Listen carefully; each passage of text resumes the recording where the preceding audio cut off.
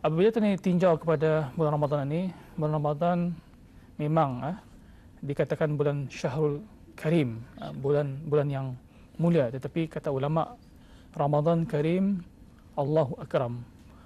Bulan Ramadan adalah bulan yang mulia, itu penuh dengan berbagai kebaikan, kebajikan dan sebagainya, nikmat dan sebagainya. Tapi Allah lah yang punya anugerah semua sekali itu. Sebab itu kata dalam bulan Ramadan ini dikatakan bulan yang bila kita beramal ibadah memang pahala digandakan, berganda-ganda, bahkan sampai beratus kali ganda dan sebagainya. Begitu juga dikatakan bulan berjimat cermat sepatutnya. Tapi jangan sampai terbaliklah. Banyak belanja, pembaziran. Kemudian bulan untuk mendidik tarbiyah amanah. Untuk menunaikan amanah puasa dan sebagainya, itu ibadah-ibadah yang lain. Dan yang paling penting lagi adalah bulan untuk kesihatan. Dan berdasarkan hadis Rasulullah SAW menyebutkan, sumu tasihu, berpuasalah kamu ya Rasulullah, kamu akan sehat. Jadinya harap-harapnya orang bulan Ramadan tadi dapat menurunkan berat badan sedikit, tapi jangan terbalik kata orang, naik terpulang. Jadi itu antara kebaikan dan Ramadanan ya. Sebab itu dalam hadis Rasulullah menyebutkan, idza jaa Ramadan futihat abwabul jannah wa ghuliqat abwabun nar wa suffidat asyayatin. Bila tiba bulan Ramadan ini, Allah bukakan pintu syurga semua sekali, maknanya rahmat itu melimpah ruah. Kemudian Allah tutup pintu-pintu neraka dan para syaitan dibelenggu. Sebab itulah bila kita ni beramal ibadah dalam Ramadan, tani rasa ringan, mudah untuk beramal ibadah, mudah untuk bersedekah, mudah untuk baca Quran, mudah untuk sembahyang tarawih, masjid pun penuh. Kenapa? Inilah alhamdulillah, pintu syurga Allah buka, pintu neraka Allah tutup dan para syaitan dibelenggu. Maka tiadalah, insya-Allah mudah-mudahan tidak adalah hasutan-hasutan untuk untuk jadi malas dan sebagainya tu. Jadi insya-Allah semua orang terasa asyik, syok untuk beramal ibadah. Itulah antara kelebihan Ramadan. Sebelum lebih jauh lagi, mungkin Ustaz boleh menjelaskan apa sebenarnya maksud dibelenggu ini. Kemudian bila tiba bulan Ramadan ni masih juga ada berlaku perkara-perkara yang tidak baik. Jadi bagaimana konteks persoalan seperti ini? Alhamdulillah, memang dalam hadis Rasulullah ada jelas nyata menyatakan bahawa apabila tiba bulan Ramadan itu pintu syurga dibuka seluas-luasnya, pintu neraka ditutup dan syaitan itu dibelenggu, suffidat asyayatin.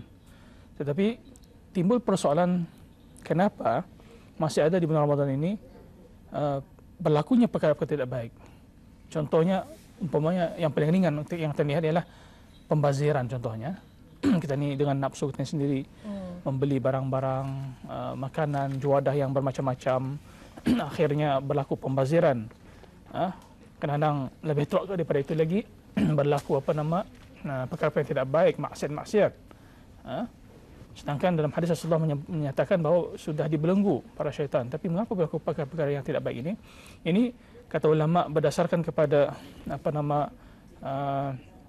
nafsu kita sendiri. Kerana kita ini dipengaruhi oleh dua unsur. Pertama sekali ialah musuh dalam diri kita sendiri. Seperti dalam hadis Rasulullah menyebutkan, kata Rasulullah SAW, kita sudah balik daripada jihad kecil selepas perang Badar. Sekarang ini kita berhadapan dengan jihad paling besar. Ya, sahabat bertanya, bukankah perang Badar tadi itu sudah jihad paling besar? Kata Rasulullah, ada lagi jihad paling besar, iaitu nafsumu sendiri. Nafsu. Maknanya nafsu itu, kalau kita tidak dapat mengawal, tidak dapat mentadbir dan mengawal, kita akan tewas, maka itulah kita yang kecundang. Nafsu kita sendiri. Sebetulnya nafsu itu adalah melawan nafsu adalah jihad yang paling besar. Sebab itu apabila sudah kita tidak berada di bulan Ramadan, para syaitan dilepaskan, iblis dilepaskan, maka mereka akan cuba semula untuk mentarbiah nafsu kita ini untuk kepada perkara-perkara yang tidak baik selama 11 bulan. Cuba bayangkan di tarbiah ataupun di training orang selama 11 bulan nafsu itu untuk supaya ia ikut kehendak. Supaya kita ikut kehendak nafsu. Nafsu mengontrol kita ni. Berbanding cuma bulan Ramadan cuma 1 bulan, kita syaitan dibelenggu, iblis dibelenggu, tidak dapat menghasut nafsu tadi untuk menghasut kita ni. Tapi bila lepas selama 11 bulan, mereka menghasut nafsu, mendidik nafsu dan untuk menghasut kita ni semula. Jadi cuba bayangkan bila sudah 11 bulan di training, orang kalau mastermind-nya ataupun ketua-ketuanya dibelenggu, anak buahnya sudah di-training dengan bagus, Ya, jadi akan jadi dapat tabiat ya. jadi akan jadi tabiat. Sebab itulah dalam bulan Ramadan kalau kita ni ikhlas, man qama Ramadan imanan wa ihtisaban, kata Rasulullah, kalau tadi ikhlas kerana Allah Taala, mengharap pada Allah Taala, maka insya-Allah Allah akan beri ganjaran. Tapi kalau tadi masih tidak ingau, tunduk kepada nafsu tadi itu, maka nafsu akan menguasai kita ni. Itulah berlakunya perkara-perkara yang tidak baik dalam Ramadan lah. Nafsu kita ni tani dulur. Contohnya kalau tadi buka puasa umpamanya, dengan mendulur membeli macam-macam juadah, berlaku pembaziran dan sebagainya. Akhirnya nafsu yang mendorong kita ni untuk melakukan perkara-perkara yang tidak baik dalam Ramadan. Bukan disalahkan pada syaitan. Iya. Sebab tu dalam dalam ayat Al-Quran Allah menyatakan pernah iblis mengaku di depan kita ni semua apabila di padang mahsyar nanti, katanya saya tidak salah. Saya cuma mengasut sikit-sikit. Ya. Kamu yang membuat sendiri katanya. Iya. Memang sudah ditrain lah selama 11 bulan ditrain. Sebulan saya kata ni tanpa syaitan sudah menjadi tabiatnya Ustaz. Tetapi Ustaz dalam perkara-perkara ni ada terjadi juga macam mungkinlah orang-orang kerasukan dan sebagainya. Macam mana keadaan seperti ini Ustaz? Ya, alhamdulillah. Ini berdasarkan pendapat ulama bahawa memang betul apabila masuk bulan Ramadan para syaitan dan iblis ini dibelenggu. Jadi yang tinggal pada masa ini ialah makhluk-makhluk golongan jin. Makhluk-makhluk golongan jin ini ada juga yang sudah terpengaruh dengan iblis dan syaitan, maka mereka mengikut arahan yang telah ditetapkan pada mereka untuk mengacau. Itu ada pendapat ulama macam itu. Satu pendapat lagi mengatakan bahawa seperti mana tadi balik kepada firman Allah SWT, "Wa ma khalaqtul jinna wal ins illa liya'budun." Allah tidak menciptakan jin dan manusia ini melainkan semata-mata untuk beribadah. Maknanya kata ni manusia bila masuk bulan Ramadan, bulan puasa ini, Allah suruh tadi beribadah kan. Artinya bulan lain pun memang beribadah juga, tapi ditambah lagi pada bulan Ramadan ini. Ditingkatkan lagi dengan puasanya, dengan membaca Quran, dengan sembahyang tarawih dan sebagainya. Makhluk jin pun macam itu juga. Pada bulan-bulan yang lain mereka pun disuruh beribadah. Dan pada bulan Ramadan mereka pun dituntut untuk menambahkan lagi amalan. Tapi ada yang makhluk-makhluk ini tadi, makhluk jin tadi yang ingkar. Istilahnya orang kata ni something sikitlah. Indah mau ikut arahan Allah, perintah Allah, mereka membuat kacau bilau kepada manusia. Begitu juga kalau tadi tinggal kepada manusia sendiri kata ni umat Islam. Kita ni diwajibkan berpuasa dalam Ramadan, diwajibkan beramal ibadah, tapi ada segelintir kita ni yang ingkar kan, tidak mau. Bahkan ada pendapat mengatakan buat satu kajian katanya di negara Timur Tengah sendirinya apabila masuk bulan Ramadan ramai orang-orang sana berhijrah, bervacation ke Europe. Maknanya ingkarlah. Tidak mau berpuasa, tidak mau beribadah dan sebagainya. Macam itu juga orang-orang tani. Ada kadang-kadang kita dapati orang-orang tani bila masuk bulan Ramadan mereka sengaja ambil cuti ke luar negeri. Ini ingkar. Jadi begitu juga makhluk-makhluk jin tadi, apabila mereka sudah syariatkan membuat puasa, ibadah dan sebagainya, ada makhluk ini tidak ingkar juga, mereka mengembara ataupun merentas masuk ke alam manusia, di sanalah mereka membuat hal. Maknanya makhluk-makhluk jin ini asalnya sama macam manusia, difardukan ataupun disyariatkan untuk membuat perkara yang baik, bersembahyang, beribadah dan sebagainya, tapi mereka ingkar, mereka lari masuk ke alam kita ni, dan di sini mereka membuat perkara-perkara yang tidak baik. Lepas tu berlaku dalam bulan Ramadan ni perkara-perkara macam orang buat sihir, orang membuat maksiat, orang membuat terutama tadi yang ditanya tadi itu berlaku histeria, berlaku kerasukan, kerana makhluk jin itu sendiri yang mengacau manusia itu sendiri. Mereka ingkar, mereka masuk. Mereka ikut arahan daripada tuan-tuan sihir, mereka membuat perkara yang tidak baik. Maka berlakulah histeria dan sebagainya, kerasukan itu. Jadi kita akan sambung sebentar lagi Ustaz. Kita ada bahan sisipan untuk kita kongsikan bersama dengan penonton pada pagi. Kita saksikan bersama.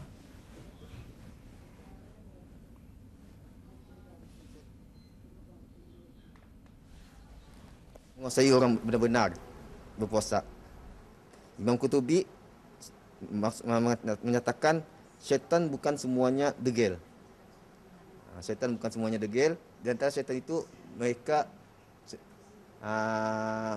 dalam bulan Ramadan itu bukan semuanya doang akan mengganggu umat Islam, kerana apa yang saya cakapkan tadi, dengan adanya seorang Muslim yang mengamalkan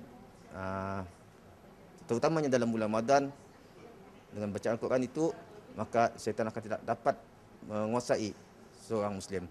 Seperti mana yang kita ketahui bahawa semua syaitan-syaitan dibelenggu dalam bulan Ramadan. Maka dengan ini dapatlah kita mengerjakan amal ibadat puasa dengan tenang tanpa gangguan syaitan. Walau bagaimanapun kita dikehendaki mengawal hawa nafsu kita sendiri dengan memperbanyakkan istighfar dan beramal ibadat, berzikir, membaca Al-Quran dan sebagainya.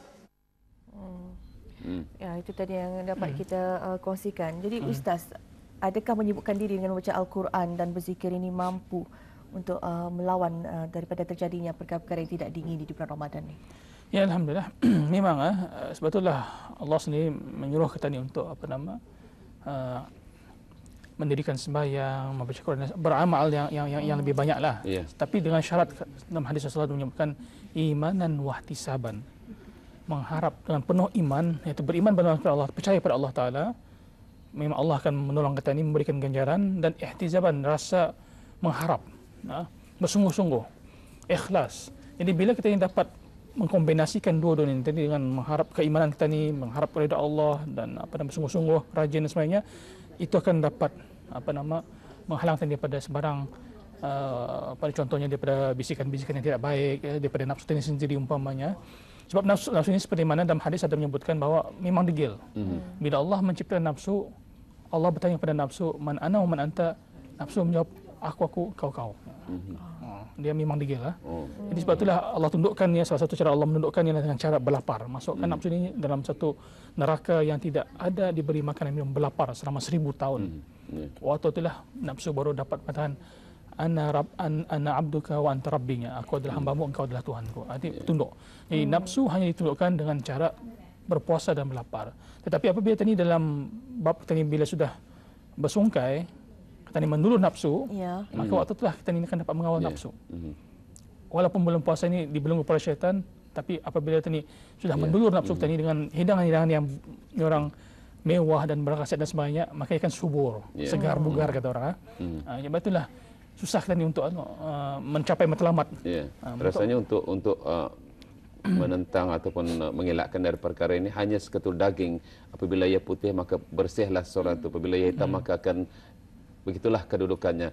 Jadi rasanya hanya seketul daging hitam, daging inilah yang dapat menentang perkara-perkara seperti ini, seperti godaan nafsu dan melakukan perkara-perkara yang tidak diingini itu. Ustaz, macam mana kami Ustaz? Ya, alhamdulillah. Itu berbalik pada diri sendiri kan. Dalam hadis memang ada disebutkan ala ya fil jasadi mudghah ya Rasulullah. Dalam jasad ini ada satu sekumpul daging, itu hati kita ini sendiri. Apabila ia baik luaran, apabila buruk maknanya kalau tadi sudah berpikiran untuk men-setkan pemikiran tadi untuk buat perkara yang tidak baik, maka akan tidak baiklah. Niat yang tidak baik dan sebagainya. Kalau ini berazam dengan niat kita yang baik, insya-Allah Allah akan kabulkan. Kita akan jadi orang yang baik insya-Allah. Sebab tu kalau tadi menilai pun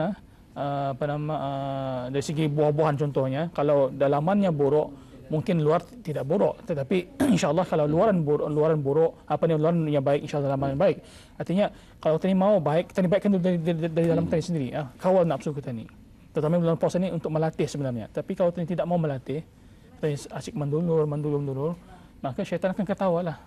Katanya walaupun aku dibelenggu katanya, ini aku punya anak buah yang sudah aku training ni, dia boleh lah boleh menggoda manusia, mengacau manusia dan sebagainya.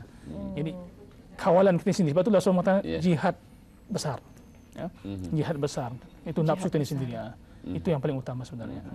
Seperti Ustaz katakan, jihad besar untuk mengelakkan diri kita disesatkan oleh nafsu. Lebih baik di bulan mulia ini sepatutnya tidak terjadi perkara-perkara sebegini Ustaz ya. Jadi mungkin di akhir segmen kita ini, apa yang boleh kita garap daripada mensucikan diri di bulan Ramadan ini, menghayati sepenuhnya puasa yang kita jalani dari awal subuh sehingga menjelang ke waktu masuk berbuka. Ya, alhamdulillah. Seperti mana yang telah dikomen juga oleh para orang ramai tadi, bahawa memang betul apabila bulan Ramadan ini sudah masuk, syaitan dibelenggu, kita akan rasakan lapang. Makna lapang macam mana? Tadi mudah untuk beramal. Berbanding dengan bulan-bulan yang lain, bulan-bulan biasa terasa berat. Sebab itulah kita akan melihat masjid akan penuh pada bulan Ramadan kerana kesannya di sana. Waktu bertugas juga dipendekkan. Waktu tugas pun dipendekkan. Mudahkan kita ya. Semua mudah. InsyaAllah masjid akan penuh.